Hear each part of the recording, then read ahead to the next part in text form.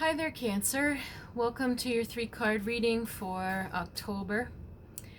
This month I've done something a bit different, so I have a general October video that is just the energy report for the month, the overall vibe I'm getting for the whole month, and also the astrology in a little more detail for the month.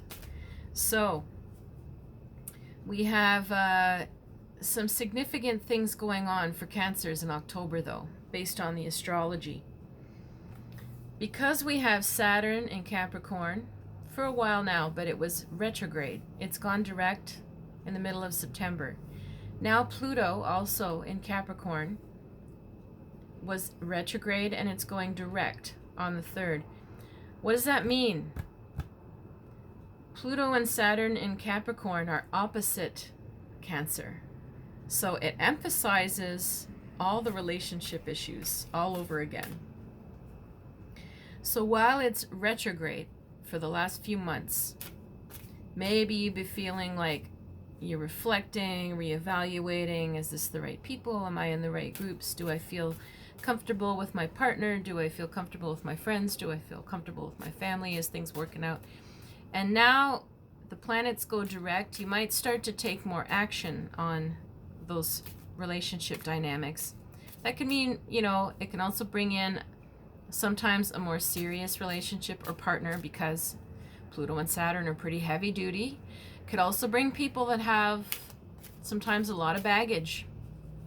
So it also means you might be dealing with yours more directly. So sometimes I find you can meet people where you've got a lot of your issues or baggage or old wounds in common. Sometimes it's very healing and transformational, and other times you both just sort of sink each other down. It all seems to depend on how much inner work each person is doing, instead of what Cancer we tend to do is, oh, come here, I'll help you, I'll take care of it for you, and then you want somebody else to sort of nurture and take care of yours. So I would expect this month that maybe some people will come back from out of nowhere, or you'll be thinking about exes and old relationship issues with family or whoever. Some things could be reactivated. It's a time to seek out some healing and to take some decisions to go forward. All right, so let's take a look. Let it burn some sage here. There we go. You can see it going. And we're just going to cleanse the cards.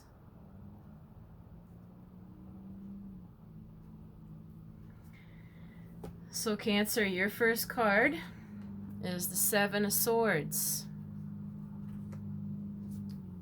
Second card is the 9 of Swords. The third card is the King of Swords. Oh boy, all swords. Look at that. Alright, so you'll be dealing with things on the mental plane because of the swords. Now, 7 of Swords sometimes means a move. Are you thinking of moving? Literally. Like, have you thought of moving within your city, to another city, to another country? 7 of Swords can be a time when you just want to walk away from something. That's why sometimes it can be an actual move, and other times it's like, I'm done with this now, I'm walking out of here, I've had it. You just sort of walk off the stage, I'm not playing this game anymore. So that's one energy you've got going on. Now, which is interesting because you got the 9 of Swords, one of the nastiest cards in the deck. This card means, at the very light end of it, gossip, lots of anxiety, people being two-faced. Sometimes the card says cruelty on it. Sometimes this is the card of affairs, people cheating, people lying, people trying to sneak around with some aspect on the job, scandals, that kind of stuff, lying and deceit. And sometimes the Nine of Swords cruelty card actually means literally people being abusive, verbally abusive, emotionally abusive. And you have the good old King of Swords here. So King of Swords with those two other cards is not good. I shouldn't say that so quickly. Now, there's two ways that I see that this could play out. So one is you will be tested by somebody that you know that maybe you're still currently around, or that, you know, it's an ex or it's a family member you haven't seen in a while, something where it was not fun and you let go or walked away. You could be tested. You could feel like you're drawn back into something old. Now, if that's the case, then the Seven of Swords is what's coming up. Don't even indulge it. Don't go, oh, I'll give them a second chance. Oh, I can help them, I can save them, they mean it this time. No, you have to know when the cruelty card comes, abuse is abuse, and unless they've come back and said to you that they've done all of this therapy and they're willing to go very slowly, and they say to you, what can I do to restore your trust, and they actually do it, then they're full of it. So that's one scenario, how the cards could play out. So you could be tested. Don't run back in and try all over again with somebody or get confused. Walk away. Sometimes the test comes around and it's just your opportunity is finally there to stand your ground where you didn't the last time. You know, maybe now you're mentally stronger. You can call something out and you can put something to an end more clearly than you did before.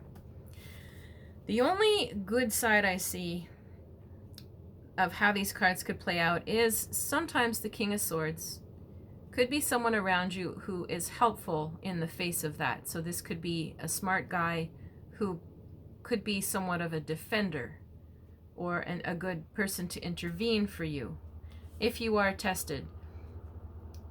That could be that other man, this other person who comes around who's strong, could be a friend, could be a family member, could be a lawyer, could be a landlord, who knows, could be somebody who's strong enough to also help you stand up and walk away from that. So I don't think the whole month is going to be crappy for you Cancers. I'm a Cancer too. I'm not feeling it's going to be a bad month. So I think overall it's just a little bit of a warning if you are getting a blast from the past or a test, or anything doesn't feel right, any little inkling that feels like it's toxic. Seven of Swords, walk away. Don't engage it. So there's all kinds of literature and videos on this. If when it's family, it's a lot harder.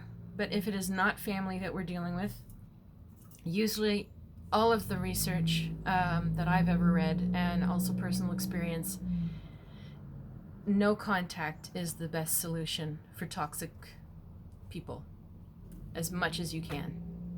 Now, if this does come up and you need some help with it, I'm available for readings locally in the Montreal area, or I can work online. Just like you're talking to me now on the video, we would have a video reading and I would record it if you wish, and I can send it to you. So if you would like that, then please message me at river-rain.com or Clairvoyant Medium Catherine Allen on Facebook. I wish you a wonderful month. It's not going to be all bad. Just be aware of the test. Okay, take care.